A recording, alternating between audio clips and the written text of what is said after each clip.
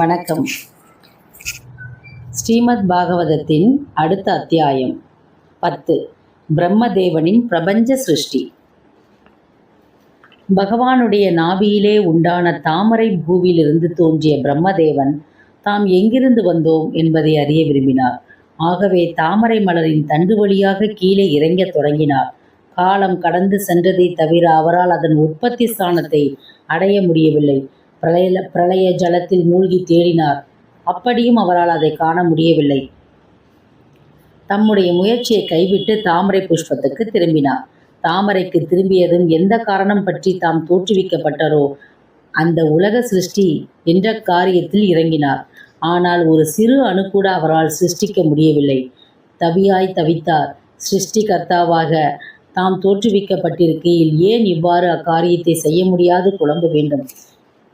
இது இக்கட்டான நிலையிலிருந்து மீள வழி தெரியாது அவர் தவித்து கொண்டிருக்கையில் பிரளய ஜலத்திலிருந்து தப தப என்று 2 வார்த்தைகளை கேட்டார். பிரம்மதேவன் பரிதபிப்பதை கண்ட பரமாத்மானே அவ்வாறு அசரீரியாக கூறினார். குழப்பத்தில் உழன்று கொண்டிருப்பதை விட்டு தவம் செய்யுமாறு பகவானே பிரம்மதேவனுக்கு வலியுறுத்தினார். அசரீரி வாக்கை கேட்ட பிரம்மதேவன் அது எங்கிருந்து வந்தது என்பதை அறிய நாற்புறமும் சுற்றி பார்த்தார். எவரையும் காணவில்லை. தம்மை தோற்றுவித்த காரணபூதரான அப்பரம்பொருளே அவ்வாறு கட்டளையிட்டிருக்க வேண்டும் என நிச்சயித்து சித்தத்தை நிலைநிறுத்தி 1000 வேத வருடங்கள் தவம் செய்தார். பிரம்மதேவன் தவத்தில் மகிழ்ச்சி அடைந்த பகவான் மிக சிறந்ததொன்று மற்றொன்றை கூற முடியாத வைகுண்டத்தை அவருக்கு காட்டி அருளினார். 4 பக்கங்களிலிருந்தும் தேவர்கள் ஸ்தோத்திரம் செய்யும் தேகத்தோடு தொடர்பு கொண்ட மோகங்களும் இல்லாது மரண பயமும் மற்றதுமான வைகுண்டத்தை கண்டபோது பிரம்மதேவன் உடல் சிலிர்த்தது. பிரகிருதி, புருஷன், மகத் தத்துவம், அகங்கார தத்துவம் ஆகிய 4 சக்திகளினாலும் சூழப்பட்டவராய் பக்தர்கள் கிரகித்து துடிக்கும் சரணாகித விந்தங்களை லக்ஷ்மி தேவியானவள் வருடி கொண்டிருக்க திவ்ய பகவான் மங்களகரமாக காட்சி தந்தார். மயிர் கூற்றலுற்றவராய் பிரம்மதேவன் கண்களிலிருந்து ஆனந்த பாஷ்பம் பெருக பகவானை பார்த்து நமஸ்கரித்தார். ஹே தேவகர்பா, உன்னுடைய தவத்தால் நான் பெரிதும் மகிழ்ச்சி அடைந்தவனாய் இருக்கிறேன். உனக்கு விருப்பமானதை கேள் என்றார் பகவான். ஏ பரந்தாமா, சகலமான பிராணிகளுக்கும் காரணகர்த்தாவாக தாங்கள் என் ஹிருதயமாகிற குகையில் இருந்த போதிலும் என் விருப்பத்தை அறிந்தது போல் கேட்கிறீர்கள்.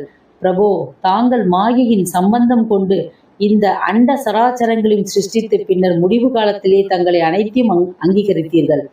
சிருஷ்டி தொழிலுக்கென தோற்றுவிக்கப்பட்டிருக்கும் நான் தங்களைப் போல இப்ப பிரபஞ்சத்தை சிருஷ்டி செய்ய சக்தியை அளிக்குமாறு வேண்டுகிறேன். மகாபிரபு, அதே சமயம் சிருஷ்டி செய்கிறவன் என அகங்காரம் என்னிடமிருந்து தோன்றாதிருக்குமாறு தாங்கள் அருள வேண்டும் என்று பிரம்மதேவன் பகவானை பலவாறு நமஸ்காரித்து பிரார்த்தித்தார். ஏ பிரம்மன், உன் பிரார்த்தனை நிறைவேறும். நான் எம்மாதிரியான ஸ்வரூபம், லக்ஷணம், குணம், கர்மம் ஆகியவற்றை கொண்டு விளங்குகின்றனோ அவ்வாறே உன்னிடமும் அவை அனைத்தும் விளங்கும். ஒருபோதும் நான் சிருஷ்டிகர்த்தா என்ற அகங்காரம் நீ அடைய மாட்டாய் என்று சொல்லி பகவான் பிரம்மதேவனை பார்த்து கொண்டிருக்கும் போதே தம்முடைய ரூபத்தை மறைத்து கொண்டார்.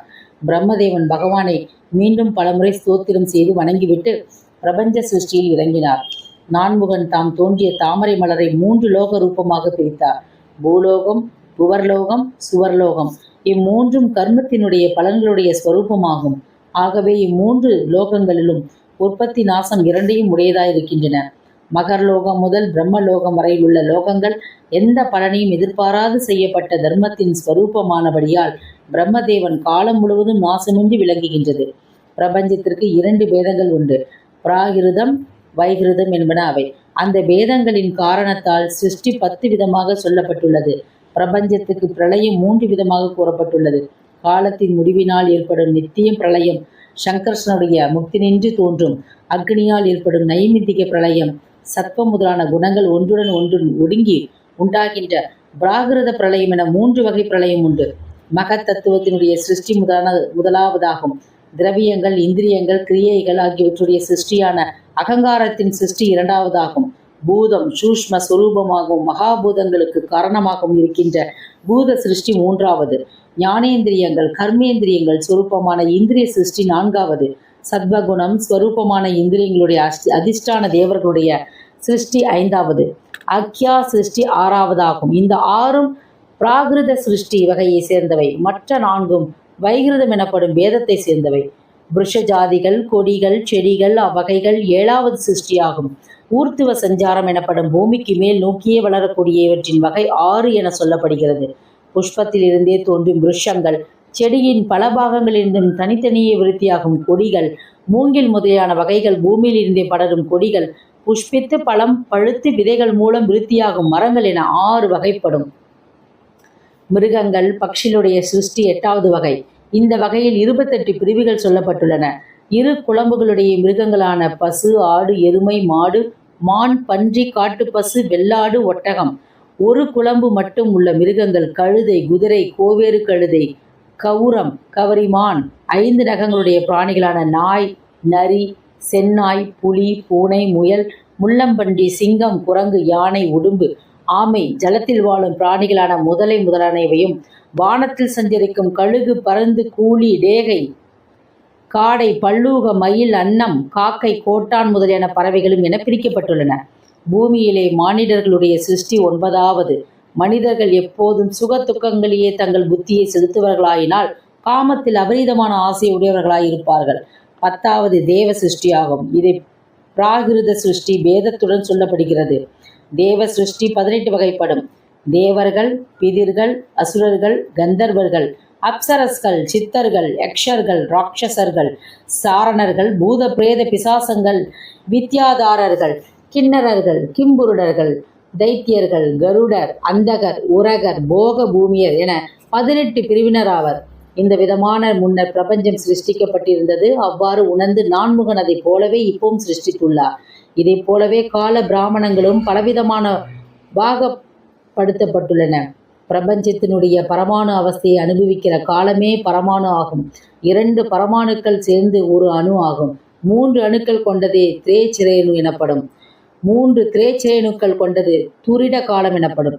100 துரிட காலம் சேர்ந்தது ஒரு வேத காலமாகும். 3 வேத காலம் சேர்ந்தது ஒரு லவ காலமாகும். 3 லவ காலங்கள் கொண்டது ஒரு நிமிஷம். 3 நிமிஷங்கள் ஒரு க்ஷணம். 5 க்ஷணம் ஒரு காஷ்டை என்பர்.